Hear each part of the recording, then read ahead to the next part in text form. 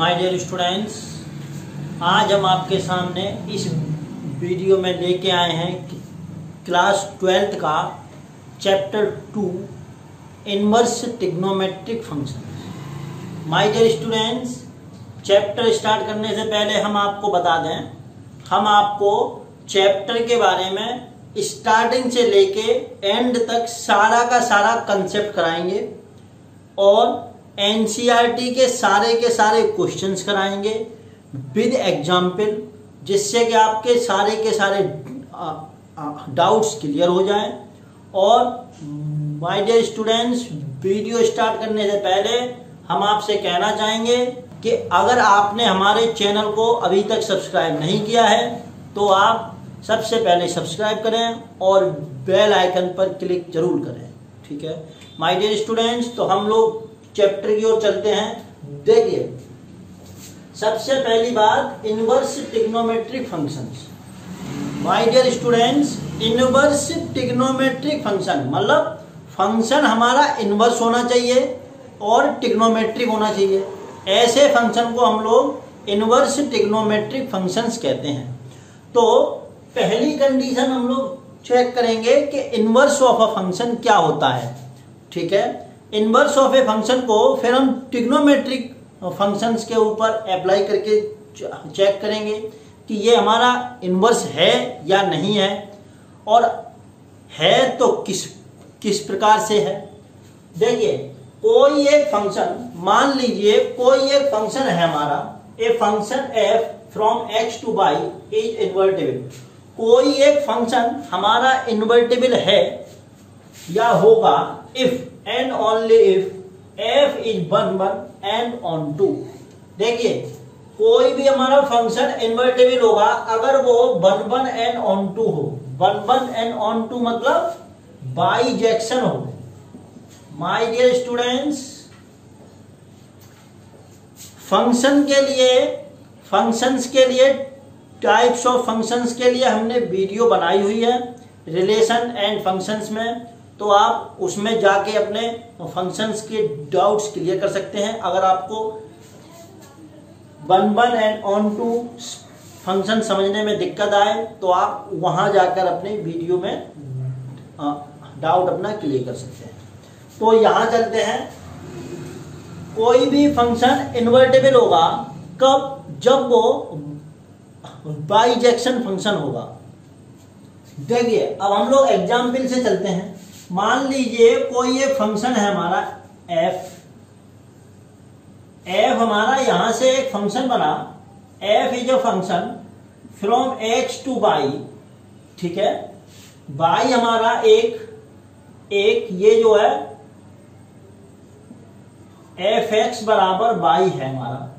ठीक है, यहां पर हम लोग एक्स के सारे एलिमेंट काउंट करेंगे, यहां पर हम लोग वाई के सारे एलिमेंट काउंट करेंगे। तो ये तो कंडीशन आपकी होनी ही चाहिए, तब ही फंक्शन इन्वर्टिबल होगा, 1 1 हो और ऑन 2 हो।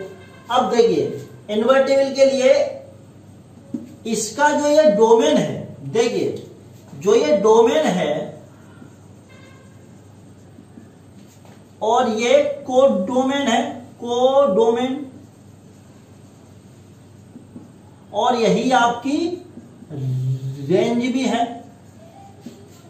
तो अगर हम फंक्शन को इन्वर्टिबल करते हैं तो इसकी जो ये रेंज है, ये रेंज इस फंक्शन के लिए डोमेन बन जाएगी, और ये जो डोमेन है ये डोमेन हमारा रेंज बन जाएगा।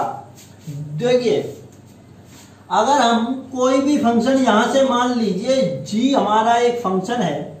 ठीक है, तो ये तुम्हारा हो गया, मान लीजिए g हमारा एक फंक्शन है, यहां पर gx इज इक्वल टू वो g y is equal to x। ठीक है, तो जो इस फंक्शन की जो रेंज है, ये रेंज हमारी इसके लिए डोमेन हो जाएगी। ये कंसेप्ट आपको समझना है, क्योंकि ट्रिग्नोमेट्री में, इनवर्स ट्रिग्नोमेट्री निकालते समय हम इसको बहुत बारीकी से समझेंगे। अगर आपने डोमेन और रेंज को समझ लिया तो आप इनवर्स ट्रिग्नोमेट्री में कभी भी किसी भी प्रकार से दिक्कत फेस नहीं करेंगे। ठीक है, तो ये आपकी डोमेन, ये आपका जो इसकी जो ये रेंज है, ये रेंज आपकी बन जाएगी, जो इसकी ये रेंज है ये हमारी डोमेन हो जाएगा, और इसका जो ये डोमेन है ये हमारी रेंज बन जाएगी। माय डियर स्टूडेंट्स, ठीक है, इस प्रकार से हम लोग इसको समझेंगे। देखिए यहां पर आपका x के एलिमेंट होने चाहिए, y के एलिमेंट होने चाहिए। ठीक है, इस प्रकार से ये डोमेन और रेंज में कन्वर्जन होता है। इसको हम लोग समझने के बाद आगे चलते हैं।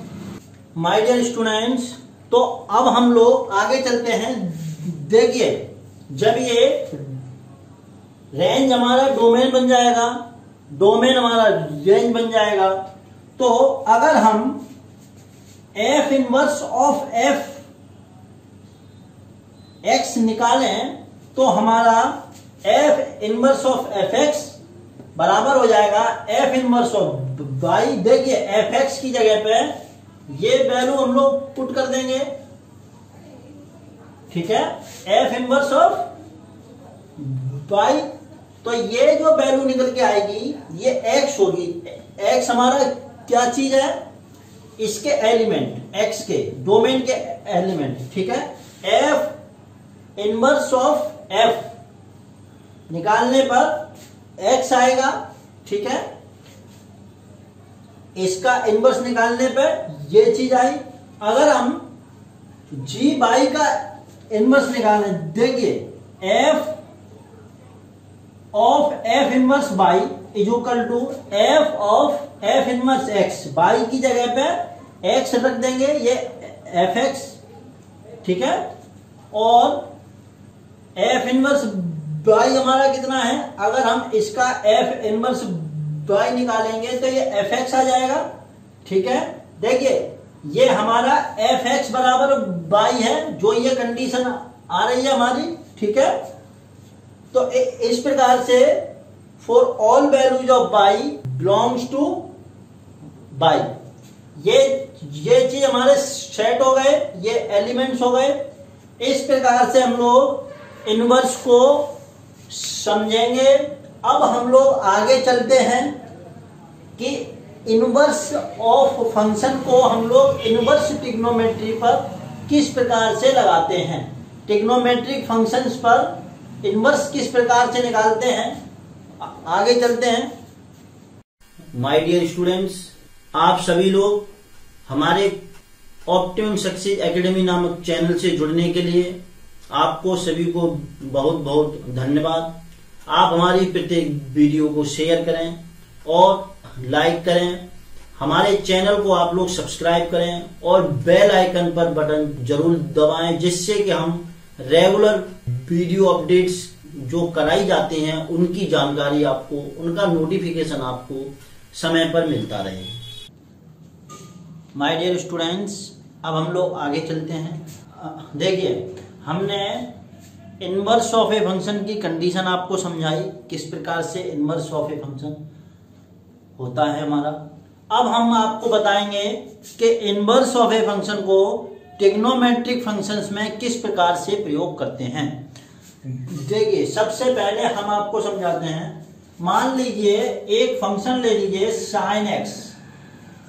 आपने साइन एक्स का फंक्शन सुना होगा, समझा होगा, 11th में पढ़ा होगा। इसका डोमेन कितना होता है, आर की सारी रियल वैल्यूज, और रेंज कितनी होती है, -1 to 1। माय डियर स्टूडेंट्स, अब हम इसको समझेंगे कि ये 1 1 on 2 है या नहीं। तो सबसे पहले अगर हम इसका इन्वर्स निकालेंगे तो इन्वर्स निकालने के लिए इसको 1/2 होना चाहिए, ठीक है। तो 1/2 है या नहीं है, ये चीज हम चेक करते हैं। माय डियर स्टूडेंट्स, देखिए इस फंक्शन को सबसे पहले हम जो ग्राफ आपको सामने बनाते हैं। देखिए ये मान लीजिए ये है आपका x और ये है आपका y, y मतलब sin x, ठीक है। तो x, तो आपका sin x का ग्राफ किस प्रकार से बनता है, इस प्रकार से होता है। और इधर नेगेटिव में भी अगर आप बनाएंगे तो ये इस प्रकार से बनेगा। ये आपका sin x का ग्राफ हो गया। इसका वैल्यूज आप निकालेंगे तो ये पाई, ये कितना हो जाएगा 2 पाई, ये माइनस का पाई, ये माइनस का 2 पाई, ठीक है। और यहां पर ये π/2, यहां पर ये 3 π/2, यहां पर ये -π/2 और ये -3 π/2। माय डियर स्टूडेंट्स, अब हम इस फंक्शन को चेक करते हैं कि ये 1/2 है या नहीं। 1/2 मतलब बाइजेक्शन फंक्शन है या नहीं। देखिए 1/2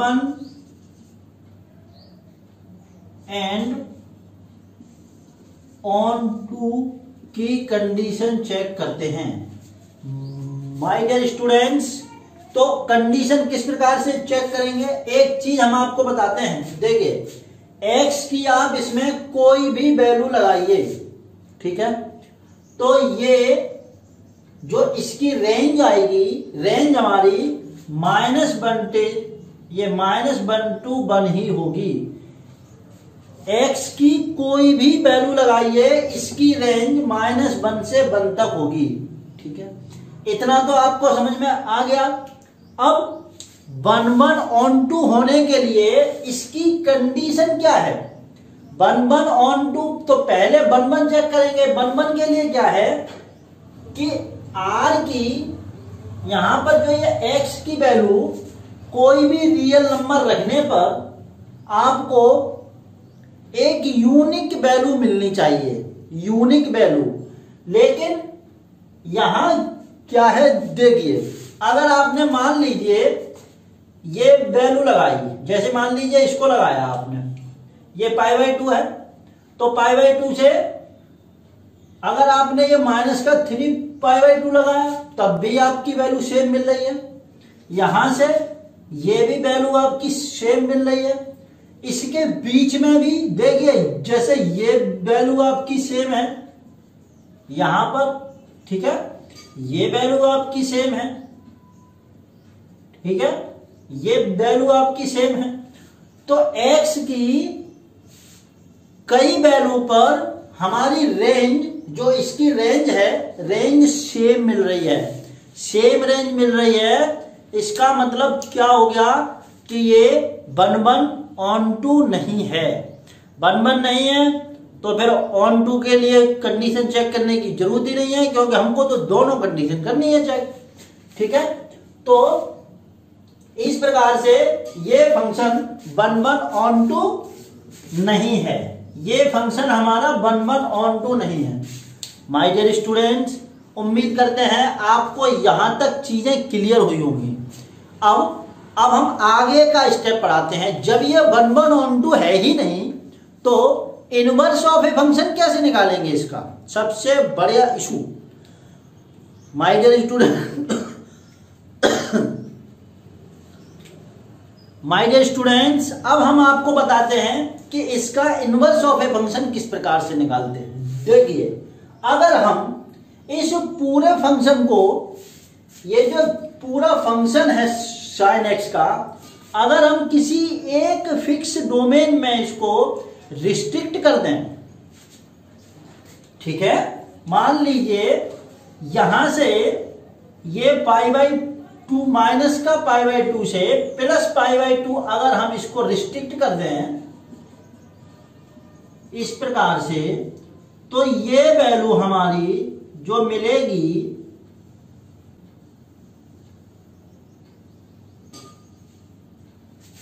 ये वैल्यू जो मिलेगी ये हमारी यूनिक वैल्यू होगी। यूनिक वैल्यू होगी तो ये 1 1 होगा, ठीक है, 1 1 होगा और सेपरेट वैल्यू पे सेपरेट रेंज मिलेगी। मतलब जो ये यहां से आप x की कोई भी डिफरेंट वैल्यू लेंगे, हर एक वैल्यू के लिए अलग अलग वैल्यू निकलेगी। तो ये देखिए sin x को हमने रिस्ट्रिक्टेड कर दिया, ठीक है, किसमें कर दिया, -π/2 to -π/2 to π/2। My dear students, अब आप देखिए यहां पर ये फंक्शन हमारा 1 1/2 है। जब 1 1/2 है तो इस डोमेन में हम इसका इनवर्स निकाल सकते हैं। समझ में आई मेरी बात? आपको किस प्रकार से इनवर्स ऑफ ट्रिग्नोमेट्रिक फंक्शंस पढ़ने हैं, क्यों पढ़ने हैं, किस तरह से पढ़ने हैं, ये सब चीज हम आपको बता रहे हैं, ठीक है। आप वीडियो को पूरा, प्रत्येक वीडियो को समझने की कोशिश करिए, कोई भी दिक्कत नहीं होगी, ठीक है। अब देखिए इसमें जो ये ब्रांच है, ये जो वैल्यू है इसको हम लोग कहते हैं प्रिंसिपल वैल्यू ब्रांच, ठीक है, इसको हम लोग कहते हैं प्रिंसिपल वैल्यू ब्रांच, ठीक है। अब देखिए, अब हमने फंक्शन को रिस्ट्रिक्ट कर दिया और रिस्ट्रिक्ट करने के बाद 1 1/2 ये हो गया। 1 1/2 होने के बाद हम इसका जो इनवर्स निकालेंगे वो -π/2 टू π/2 निकालेंगे, ठीक है। यहां तक चीजें क्लियर हो गई। अब आप समझिए, जब हम इनवर्स निकालेंगे तो इनवर्स निकालने के बाद हमने आपको बताया था कि इनवर्स निकालने में जो डोमेन होता है वो रेंज बन जाता है। रेंज हमारा क्या बन जाता है, डोमेन बन जाता है। तो देखिए ये हमारा sin x है, अभी इसका जो डोमेन है -1, डोमेन है हमारा all real value of x और ये -1 to 1। अब जब हम साइन इनवर्स करेंगे तो जो ये रेंज है ये हमारा डोमेन बन जाएगा, और जो ये डोमेन है तो जो सारा का सारा डोमेन तो हम लोग काउंट करेंगे नहीं, जितना डोमेन हमने रिस्ट्रिक्ट किया है उतना डोमेन हम केवल काउंट करेंगे। तो जो कितना हो जाएगा, ये देखिए -π/2 टू π/2। माय डियर स्टूडेंट्स, अब आपकी समझ में आ रहा होगा कि देखिए जो ये डोमेन है ये रेंज बन गया और जो ये रेंज है ये डोमेन बन गया, ठीक है। ये हमने आपको साइन का एग्जाम्पल समझाया है। इसी प्रकार से आप साइन, कॉस, टेन सारे के सारे फंक्शन को समझ सकते हैं, ठीक है। इसको आप लोग नोट करिए अच्छे से, तब हम आगे चलते हैं।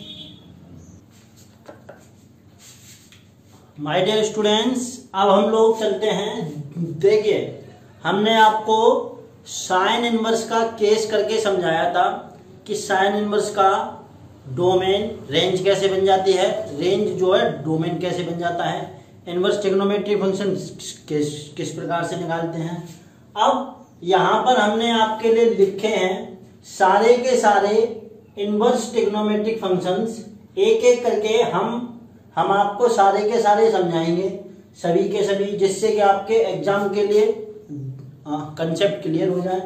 देखिए सबसे पहले हम चलते हैं साइन पे। साइन का हमने आपको बताया था कि साइन वाला जो ग्राफ बनता है वो इस प्रकार से होता है। देखिए ये इस प्रकार से, तो हमने यहां से लेके यहां तक इसको फिक्स कर दिया था। तो ये हमारा, इसमें हमने निकाला -π/2 टू π/2। तो इसमें देखिए जो ये रेंज है ये डोमेन बन गई, और जो ये डोमेन है उसको हमने रिस्ट्रिक्ट कर दिया। तो ये -π/2 टू +π/2 हो गया। ठीक है, ये हमारा क्लोज इंटरवल है। क्लोज इंटरवल का मतलब हो गया कि -π/2 और +π/2 शामिल हैं, इंक्लूड हैं। ठीक है, कंफ्यूजन नहीं होना है। अगला देखिए कॉस वाला भी बिल्कुल साइन के जैसा ही है। कॉस का मैं आपको समझाता हूं। कॉस का कुछ इस प्रकार से बनता है। ये है हमारा कॉस, तो कॉस का ग्राफ यूं करके चलता है। तो कॉस में हम क्या करते हैं, 0 टू पाई तक इसको रिस्ट्रिक्ट करते हैं।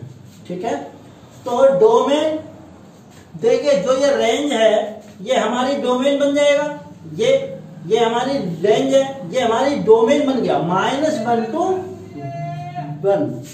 और रिस्ट्रिक्ट कितने में कर रहे हैं, कॉस को 0 टू पाई। तो 0 टू पाई हमारा रेंज बन गई। इसके लिए इनको हम लोग प्रिंसिपल वैल्यू ब्रांच भी कहते हैं। हम यहां पर लिख दे रहे हैं principal value branch. My dear students, आपको ये टेबल बहुत अच्छे से समझनी है, बहुत अच्छे से तैयार कर लेनी है। अगर आपने ये वैल्यूज दिमाग में एकदम सेट कर ली तो आपका इनवर्स ट्रिग्नोमेट्रिक का फंक्शंस का कोई भी क्वेश्चन छूटेगा नहीं, क्योंकि ये बेसिक चीज है उसमें। ठीक है, अगला चलते हैं। देखिए टेन का जो डोमेन है, डोमेन कितना है, रियल, सारे के सारे रियल नंबर में इसमें हमारा π/2 वाली वैल्यू छोड़ देनी है। क्यों, देखिए टेन हमारा क्या चीज होती है, sin x upon cos x होता है। तो cos x π/2 पर डिफाइन नहीं होता। π/2 पर cos x की वैल्यू 0 हो जाती है। ये वैल्यू 0 हो जाती है तो ये पूरा tan का फंक्शन नॉट डिफाइंड आ जाता है। आप लोगों ने 11th क्लास में पढ़ा भी होगा कि tan 90 π/2 नॉट डिफाइंड होता है। नॉट डिफाइंड वाली वैल्यूज को छोड़ देते हैं हम लोग। ठीक है, और इसका जो ये रेंज है ये जो है सारी की सारी रियल वैल्यूज होती है, ऑल रियल वैल्यूज। डोमेन में केवल π/2 का मल्टीपल छोड़ देंगे। ठीक है, अब देखिए इससे हम लोग इसका इनवर्स निकालेंगे। तो जो ये रेंज है ये डोमेन बन गई, सारे का सारा वैल्यूज का डोमेन। और ये देखिए ये हमारा -π/2 से +π/2 तक रहेगा। ठीक है, -π/2 से +π/2 तक रहेगा। देखिए इसमें -π/2 शामिल नहीं है, उससे छोटा है ये। ठीक है, ये हमारा ओपन इंटरवल है। ठीक है, इसमें -π/2 और +π/2 शामिल नहीं है, क्योंकि इस वैल्यू पर tan हमारा नॉट डिफाइंड होता है। ठीक है, तो ये वैल्यू हो गई।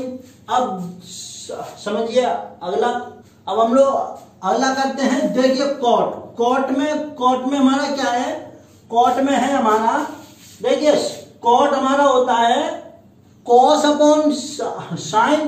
तो साइन हमारा इसके ये मल्टीपल होते हैं n पाई पर। देखिए साइन हमारा n पाई पर 0 हो जाता है। तो यहां देखिए पाई की वैल्यू 0 है, यहां पे भी पाई 0 है, पाई 0 है, 2π0, 3π0, 4π0, जितना भी पाई वाली वैल्यूज हैं वो हमारी सब 0 होती हैं। तो इन वैल्यू को छोड़ के ये सारे के सारे रियल नंबर, ये जो है रियल वैल्यूज ऑफ एक्स हो जाती हैं, हमारा डोमेन और रेंज हो जाती है all real values of x. ठीक है, अब देखिए इसको अगर हम इसका इनवर्स निकालेंगे तो कॉट इनवर्स में क्या करेंगे, देखिए ये रेंज इसका डोमेन बन गया। अब जो ये वैल्यू आएगी इसको हम लोग कैसे निकालेंगे, देखिए इसमें ये 0 to पाई होता है। देखिए याद रखने के लिए हम आपको बता रहे हैं, साइन वाली वैल्यू -π/2 to π/2 है। आपको साइन का याद रखना है तो फिर टेन का आपको याद हो जाएगा। इसमें क्लोज इंटरवल है, इसमें ओपन इंटरवल है। इसी प्रकार से कॉट में है, कॉट में देखिए ये 0 to पाई है और ये 0 to पाई हो गया, तो ये वैल्यू हो गई आपकी। ठीक है माय डियर स्टूडेंट, अब हम लोग अगला करते हैं। देखिए शेक का करते हैं। शेक का केस कॉस का उल्टा होता है शेक। तो जो कंडीशन हमारी, देखिए जो कंडीशन हमारी इसमें है टेन में भी अपॉन में आता है कॉस और इसमें भी अपॉन में आता है, तो जो इसका डोमेन है वही डोमेन इसका हो जाएगा। यहां पर भी ये वैल्यू नॉट डिफाइंड है। ठीक है, और इसमें एक चीज आपको याद रखनी है कि सेक हमारा -1 से 1 तक डिफाइंड नहीं है। ठीक है, -1 से 1 तक डिफाइंड नहीं है। तो क्योंकि ये उल्टा होता है कॉस का। देखिए इसको हम लोग लिख सकते हैं कॉस एक्स। ठीक है, 1/sec को हम लोग लिख सकते हैं कॉस एक्स। तो कॉस एक्स में ये वाली वैल्यू हम लोग छोड़ देते हैं, इससे ऊपर पे डिफाइंड होता है। देखिए कॉस का मैं ग्राफ बनाता हूं तो कुछ इस प्रकार से बनता है, ये इस प्रकार से। ठीक है, ऊपर की तरफ चलता है, नीचे की तरफ चलता है। ठीक है, इस प्रकार से होता है। तो यहां पर हमको ये वैल्यू छोड़ देनी है। इसके आगे जब हम इसका इन्वर्स निकालेंगे तो सेक इन्वर्स में ये वैल्यू जिसकी जो है ये हमारा डोमेन हो जाएगा। और रेंज के लिए देखिए 0 to पाई तक रहेगा, ये 0 से पाई तक रहेगा। ये क्लोज इंटरवल है, 0 भी शामिल है, पाई भी शामिल है। लेकिन π/2 की वैल्यू छोड़ देंगे, क्योंकि π/2 पर कॉस हमारा नॉट डिफाइंड होता है। ठीक है, कॉस हमारा नॉट डिफाइंड होता है। अब लास्ट है हमारा कॉसेक। देखिए कॉसेक के केस में क्या है कि आर, ये जो डोमेन है ये इसका डोमेन, देखिए मैं आपको बता दे रहा हूं, ये टेन का और सेक का सेम डोमेन है। ठीक है, ठीक है, और कॉट का और कॉसेक का सेम डोमेन है। देखिए यहां पे भी डोमेन वही है, केवल थोड़ा सा अंतर है। यहां पर -1 से 1 तक की वैल्यू छोड़ देनी है, क्योंकि ये वैल्यू शामिल नहीं होती। तो इसका इनवर्स निकालेंगे तो इसकी जो ये रेंज है, ये रेंज हमारी डोमेन बन जाएगी। ठीक है, और जो ये वैल्यू है, देखिए ये कॉसेक है, तो कॉसेक में 1/sin होता है और साइन 0 पर डिफाइंड नहीं होता। तो जहां पर डिफाइंड नहीं है वहां की वैल्यू छोड़ देंगे रेंज में। ठीक है, और उसके अलावा तो हमारा डिफाइंड है। ठीक है, इसी प्रकार से कॉस में 90 पर डिफाइंड नहीं है तो फिर 90 वाला छोड़ देंगे। ठीक है, इसी प्रकार से हम लोग इसको करेंगे। आप लोग इसको अच्छे से नोट करिए, समझिए, और अभी हम इसके एग्जाम्पल आपको करके दिखाएंगे, तब आपके जो है डाउट क्लियर हो जाएंगे। ठीक है माय डियर स्टूडेंट्स, अब हम लोग एक क्वेश्चन करते हैं। ये एनसीईआरटी का ही एग्जाम्पल है, एग्जाम्पल नंबर 1। देखिए इसमें कह रहा है find the principal value of sine inverse 1/√2। तो देखिए इसकी हम लोगों को प्रिंसिपल वैल्यू निकालनी है। तो साइन इनवर्स मान लीजिए x है, तो हमने आपको क्या बताया था, इसमें जो डोमेन होता है कितना होता है, -1 to 1,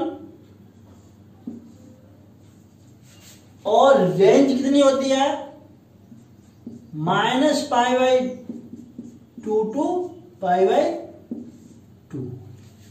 ठीक है, साइन का उल्टा है ये। ठीक है, तो इसमें एक चीज समझिए, इसको हम लोग इस प्रकार से लिख लेते हैं, साइन इनवर्स 1/√2 इक्वल टू, इसको मान लीजिए y। तो ये वैल्यू कितनी हो जाएगी हमारी, 1/√2 का मतलब हो गया साइन बाई। ठीक है, साइन बाई की वैल्यू कितनी रखते हैं कि इसके बराबर हो जाए, तो साइन